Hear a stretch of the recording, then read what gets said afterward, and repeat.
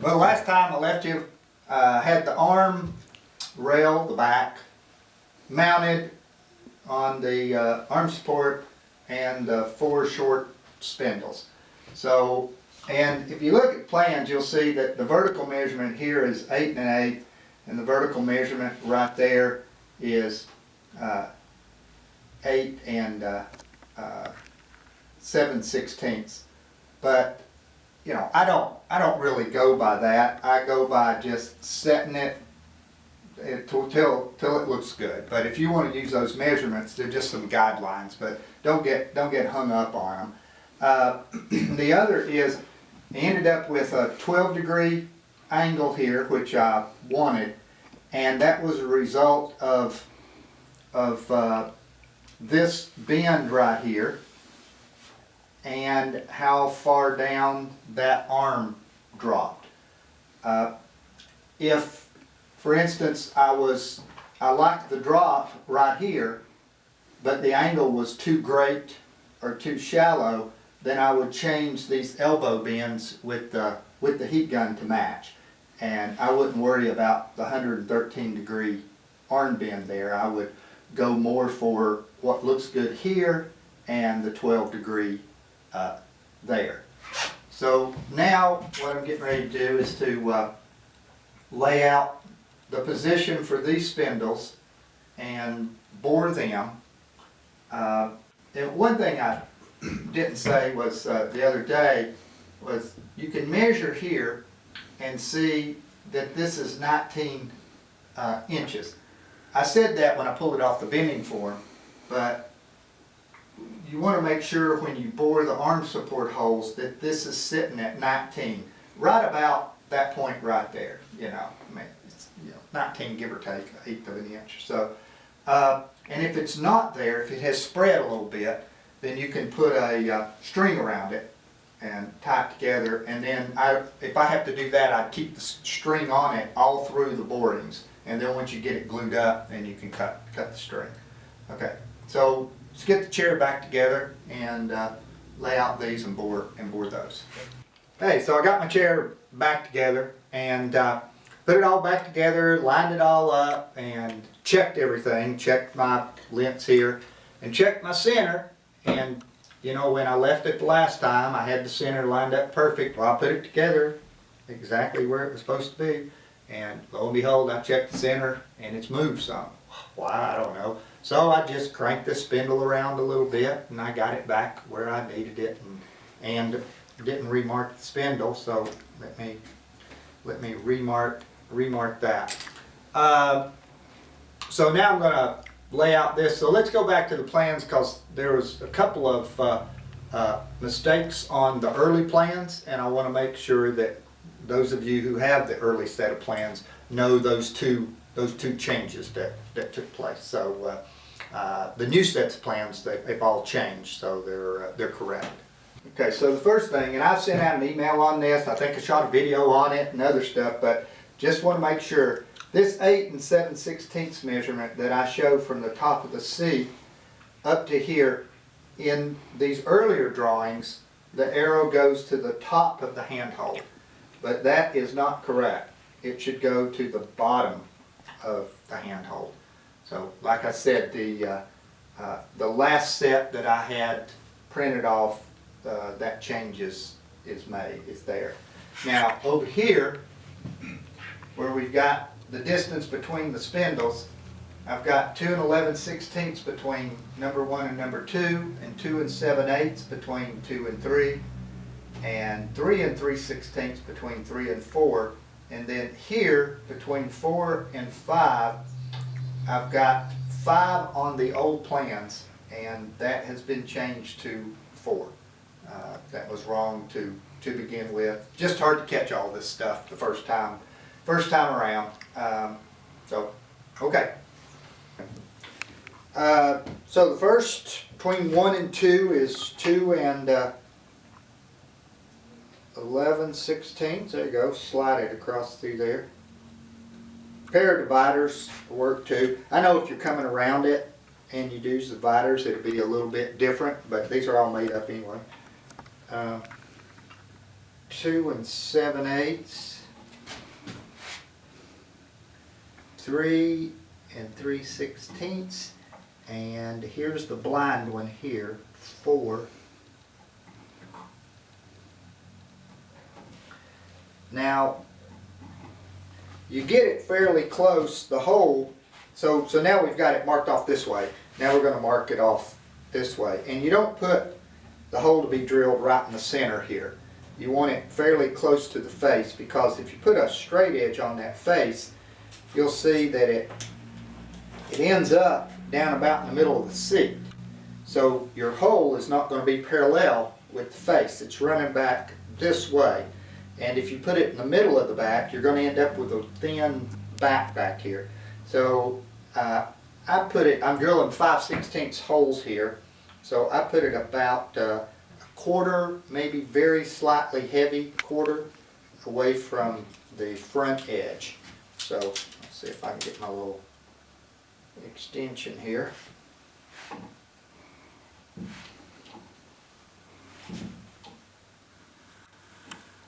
And no reason for marking that one, because we're going to take that one from the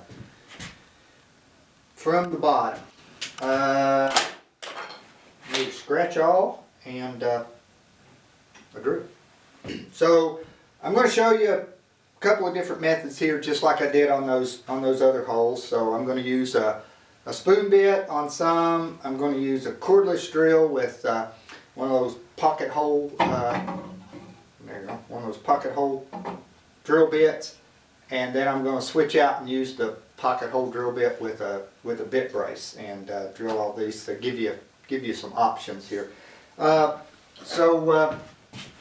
If I mark it with the scratch awl here,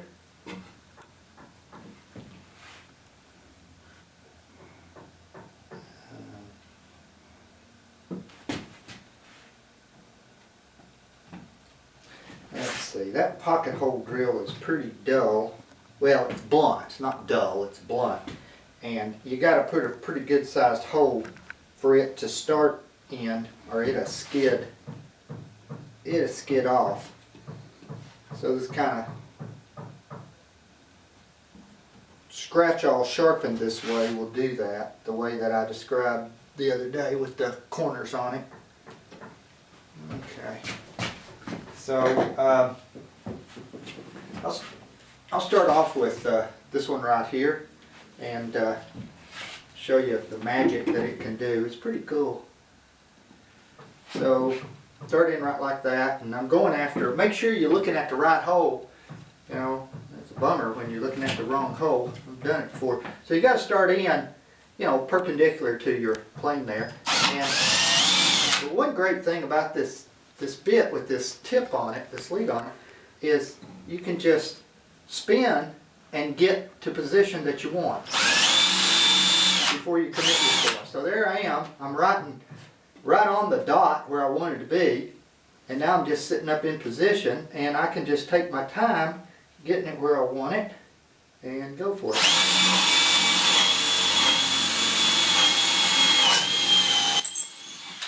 There we go. Pretty good. Drill another one. Now which one am I going for? Okay, got it. Make sure, look down the side of it. Make sure that's good.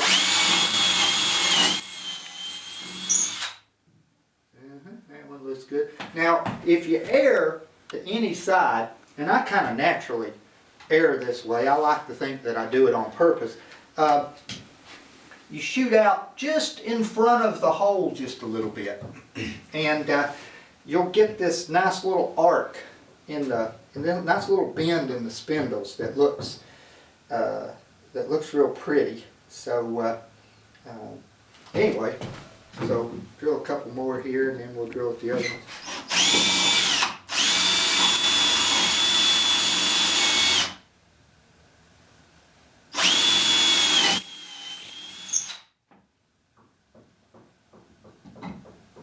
Then I got to move the dummy over a little bit.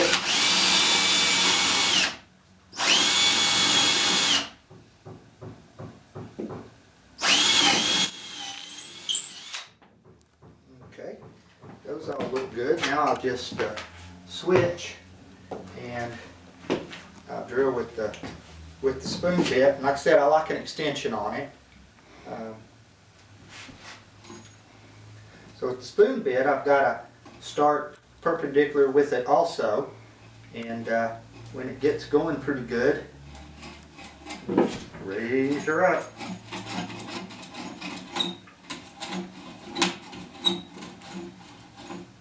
And make sure I'm headed towards the hole.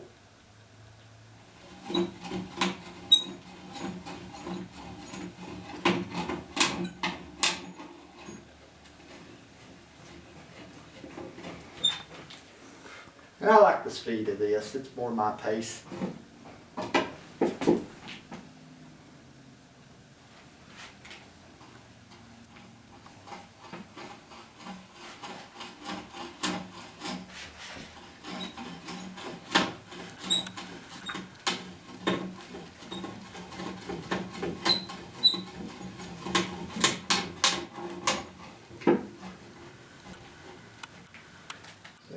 There we go, and now I'll show you.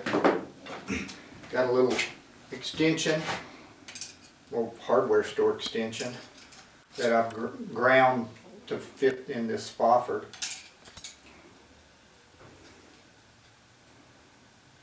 See if I can get it. See if that works. There we go. Don't want any movement in it.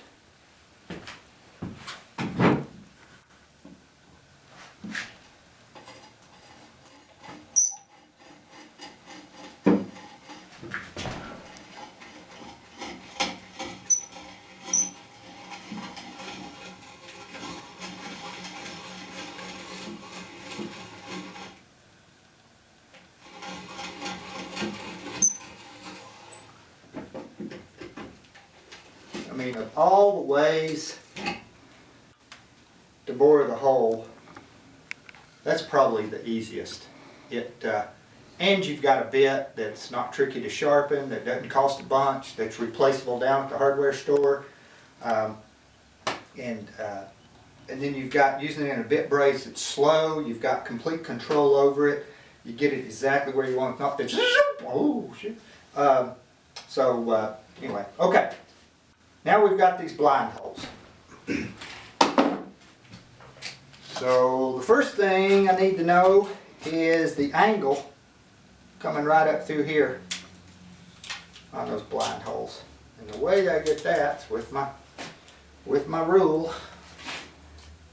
Kind of use it as a flexible straight edge. So I just stick it to where that side is on the center of the hole, and kind of put a little pressure on it and pull it back.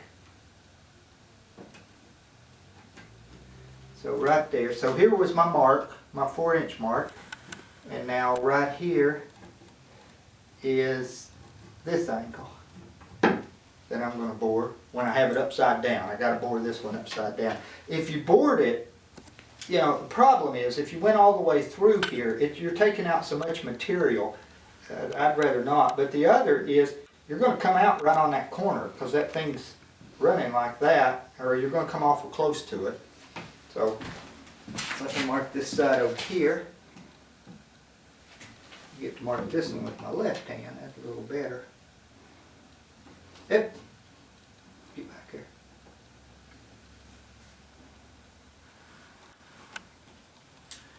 So, okay, so now I can take it apart and go over to the vise and bore these two holes right there.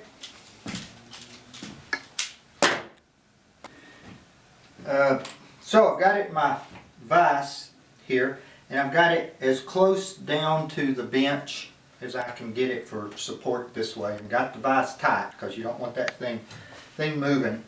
Next thing I've done, I put a good black mark there so you can see it, and I like to get it plumb because you have kind of a natural tendency to want to get plumb, so I figured I might as well go with it. And so I've got that set up plumb right there. Then the other angle we got is this one. Now you can measure it on your chair, kind of tricky, but you can do it in the dry run and figure out exactly what it is for your particular chair. I usually just go with 11 degrees. So 11 degrees right there works pretty good. Make sure you got the arms going that way and you aren't drilling the angle that way, but you're drilling it back this way right here. Now, because we don't have to be extremely accurate, this bevel square can also act now as plumb for that, because it's plumb enough for me. So I'm going to use it both for this angle and for that angle. Now I need a mark. So I'm going to see where that ends, and you know, if you find yourself too close to that relief, that cut right there, then just move it down some. Made up anyway. Just move it down. Don't worry about it. You don't want to get into that right there. Now measure it and see that I'm a heavy 3/4. So I'm going to go with a 3/8. You want to go right in the middle of this. And then make a pretty good hole to start with. There we go. I'll drill the first one with the bit brace and the spoon bit. So you can't use that pocket hole bit, that Craig jig bit on this right here because it's got that lead on it. I mean, I don't think you can use it. You might be able to, but I wouldn't want to take the chance of coming out. So I wouldn't use it. So I'm going to drill one with a spoon bit and one with just a regular 5/16 brad point. Yeah, it's a pretty tricky hole to drill. You've got to coordinate going deeper and coming up at same time. So you might want to get you a few pieces of wood and practice before you drill the real thing. Okay.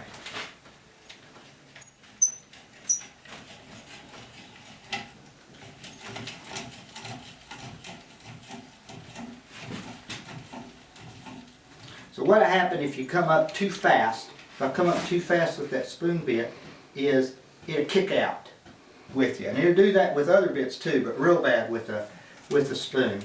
So when you think you're deep enough, just kind of let it spin a little bit and bring it up to speed there.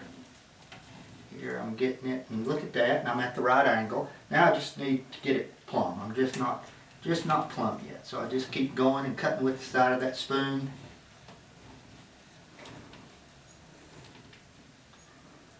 And I'm there. Let's see how deep I am. See if I can get those little flowers out there. Look at that. That's pretty good. Now I don't know how deep I go. I go till it's pretty good.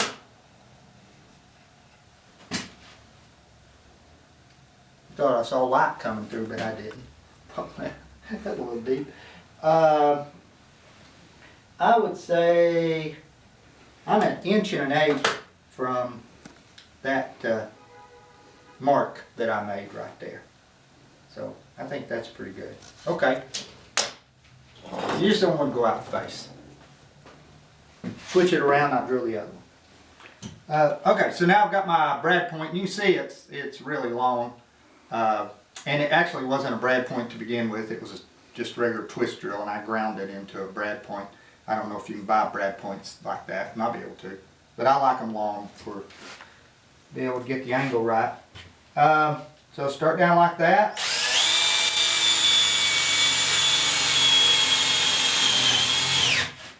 I was leaning back just a little bit far, so now I need to come up.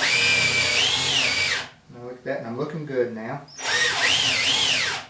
So now I'm in position. I've got both angles. I just need to make sure not to go too deep, which is the advantage of the spoon bit. I've got a little more control over that. But this is okay.